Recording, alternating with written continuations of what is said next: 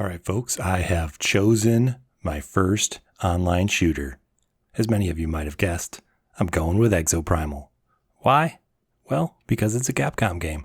Since I love Monster Hunter so much and I see all the hard work that Capcom puts into it and the polish that they put into every new release in that series, I think my best bet for having a good time with an online shooter is to choose a Capcom game.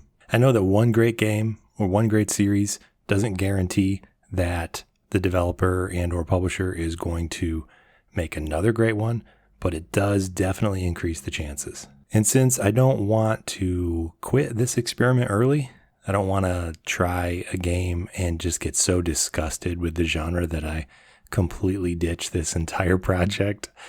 I want my first experience to have the best chance of being fun. So I know Capcom knows how to make fun games that I like. So I've decided to take the chance on Exoprimal. Besides, it's dinosaurs and you're shooting them with guns and lasers. What could be better than that? Plus it also has an option where you don't have to play against other players. You're just kind of racing against other players, or so I understand. So it's not entirely dependent on me being better than other human beings. I'm going to take it slow. I'm going to test my skills against a computer-controlled enemy. And we all know AI isn't really here yet, so I don't have a lot to worry about, as long as the game isn't completely unbalanced. So I've chosen to start this experiment with Exoprimal, and I'm about 8 hours into the game right now. I'm far enough in to have some real impressions. Not those first impressions, right? Not those day one impressions or those first 5-minute impressions. I've spent some time. I've gotten used to the system a little bit. I understand the controls mostly. I kind of know what the objectives are. And so after about 8 hours, I am somewhere around rank 13 or level 13. Level 13, I think they call them levels. Yeah, you can tell I'm still new at this. And my impressions so far are this. I feel like I'm doing the same thing over and over again, but not quite the same thing. Every time I load up a new match, it feels the same, but it's just a little different. But the bottom line of each match is just kill all the dinosaurs, or, well, kill the right dinosaurs anyway. So yeah, as I progress through the game, the monsters are changing a little bit, and I call them monsters for a reason. While a lot of them are dinosaurs that we know and love, a lot of these things are not dinosaurs. There's no way that these things ever existed in reality. So yeah, they're closer to monsters. There are a handful of these guys that I've seen so far that would fit right into Monster Hunter in a really bad way. I mean, I wouldn't want to have to fight these guys in Monster Hunter. And so while the monsters are changing a little bit, you kill them all in pretty much the same way as the ones from the previous matches. All right, new recording, guys. 15 hours in, almost doubled my playtime since I last recorded on this. And, after 15 hours, I finally feel like I understand what I'm doing. Like I know what the game wants me to do, and I know how to get there. They load you into the match, you follow the little yellow stripe, and when the dinosaurs appear on the screen, you just shoot them. You just shoot everything. You kill everything.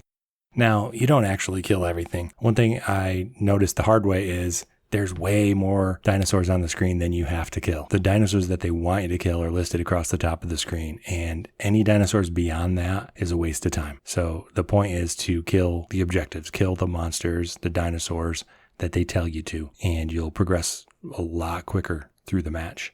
Something else I figured out here, with this game, it's very easy to get carried. I mean, look at me. I'm advancing through the game. I'm doing okay. I'm consistently getting the lowest or second lowest score on my team, and we're getting through just fine. We're still winning. So I feel like I'm getting carried a little bit. I don't know. I do feel pretty powerful. I feel like I can take these monsters down, but somehow my score just isn't up to the level of everyone else's. I do also feel like I'm not the worst performer on the team. Maybe that's an illusion. I don't know. But having a lot of fun shooting dinosaurs, that's for sure. You don't really hit walls. If you have a basic level of competence with joystick or keyboard or just video games in general, I don't think you're going to hit a wall in this game. You can get to a pretty high level just by playing the game. And so I think that's great for people that are new to the genre, like me. It's easy to get carried. One thing that this game has going for it, I think so far in my experience, is that it's great for people who are new to the genre of online shooters. Let's just say this. It's not like when you're first new to Monster Hunter, okay? And you're literally banging your head against the desk because you just failed that starter quest for the 5th time. My first Monster Hunter, it took me 60 hours to get to the 3rd monster. Yeah, to get to, not to defeat, but to get up to the 3rd monster. That's how bad I am at this stuff. That's also kind of how hard and frustrating Monster Hunter is. Doesn't hold your hand. At least back then it didn't hold your hand. This game, hold your hand. You got 4 other people to hold your hand right from the start. Now, when I started Monster Hunter, you could not play multiplayer right at the start. You had to earn that. You had to work your way up to that. This game carried from day one. Pretty cool. The downside to playing this game as your go-to online shooter is that the player base is kind of small. On Steam, it's really, really small. On Xbox, it's a lot bigger because the game is available through Game Pass. And fortunately, there is cross-platform play. So I do get to play with those guys. And so the player base overall is not tiny, but it is a lot smaller than other online shooter player bases. Now, I don't know if that's a good thing or a bad thing, to be honest with you, because I am new to this. I'm new to this kind of online play. That could be a good thing. I don't know. I haven't had any issues with matchmaking, finding enough people to build a team. Sometimes the teams suck. Sometimes the teams are awesome. Sometimes they're kind of mediocre like myself. Another impression about this game, after about 15 hours, I do like the story. I did actually start watching the cutscenes. I usually skip cutscenes in games. I watched some of these so far. I started watching the first few. They were actually pretty cool. And but I just don't have the patience for them anymore. So I started skipping the cutscenes on this game. The cool thing is you can go back easily and watch them all.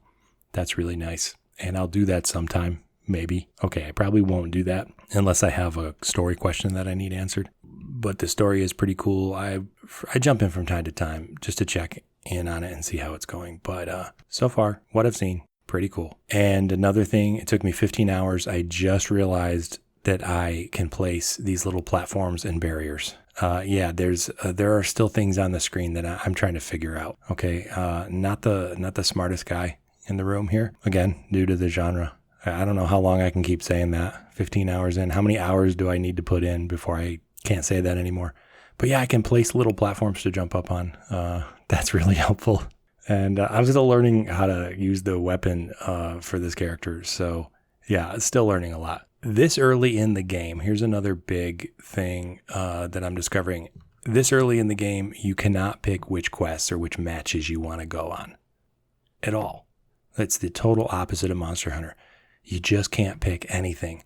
You just click the button to go into a match, and it takes you into a match. Sometimes it progresses you through the story. Sometimes it repeats something that you already did. So what I think is going on is somehow the matchmaking is making sure everyone is progressing through the story. So if you match up with people and someone is a little behind in the story, you'll do their quest first. And so you'll repeat something that you've already done. And I think that is actually really cool. That's something that we do in Monster Hunter manually. We work that out amongst ourselves when we get in a lobby and decide which quest to post. But here, the matchmaking is taking care of the story progression and the quest progression automatically. It is a good thing in one respect, and that is everybody's included. It's like forced inclusion, and that's okay, because you still rank up your character and you still rank up your gear. I don't really see a downside to that. I mean, the only downside is the perception that you get to choose your fate, right? In Monster Hunter, you can pick whatever quest you want and go for it. But in reality, is that what we do in Monster Hunter? I mean, really, is that what we really do? Or is the progression through the quests largely the same for everyone? We do our key quests, or we do enough of the key quests, then we do our urgent, then we go on to the next tier. And then later on, we'll go back and clean up all those quests. Yeah, now some people some people do every quest for each quest tier, but that's pretty rare in my experience. So you get the perception that you're in control in Monster Hunter, and here you're it's totally out of your control. I don't think it's a bad thing, honestly. I think it's just different. It's different. It takes some getting used to because I don't see all the choices. I don't have choices. And so there's this perception that it's bad because I can't choose. But in reality, you're just helping other people out, right? And they're helping you out. And when it's your turn, when you're the guy who hasn't progressed through the story as much as anyone else, well, now they're here helping you out. Pretty cool. And on a related note, last thing I will say at this point in the game, I like the way that the story handles this repetition of quests. We had this conversation on the Discord server for Monster Hunter. Is it canon to repeat quests in Monster Hunter? And I argued that it is. Some people argued that it isn't. Exoprimal makes it canon. They say, okay, you're experiencing a temporal something or other, and so that's why it's going to feel like you're doing the same thing over again. Because apparently part of the storyline involves time traveling, time shifts, alternate dimensions, stuff like that. So with the storyline, they explain it in-game why you're repeating the quest over and over again. So that's pretty cool too. So there's my 15-hour impressions. Things are looking pretty cool. Obviously decided to go the next 10 hours. When I got to hour 10, I clearly decided to do another 10 hours and I'm halfway there. Let's see where this thing takes me. Don't forget to subscribe to the channel, leave a comment, like the video, and check out my Monster Hunter channel too. Lots of cool videos on there. Also got a Minecraft channel started, so you might want to subscribe to that one too. And if you have any tips for me on how to be better at Exoprimal, put them in the comments. I need all the help I can get at this point. I've been trying to avoid spoilers and trying to avoid looking things up online because I want to evaluate how well the game handles this itself and how easy it is for me to just figure it out in the game without having to look up how to play the game. And so far, so good. But if you want to give me some advice, I welcome that too.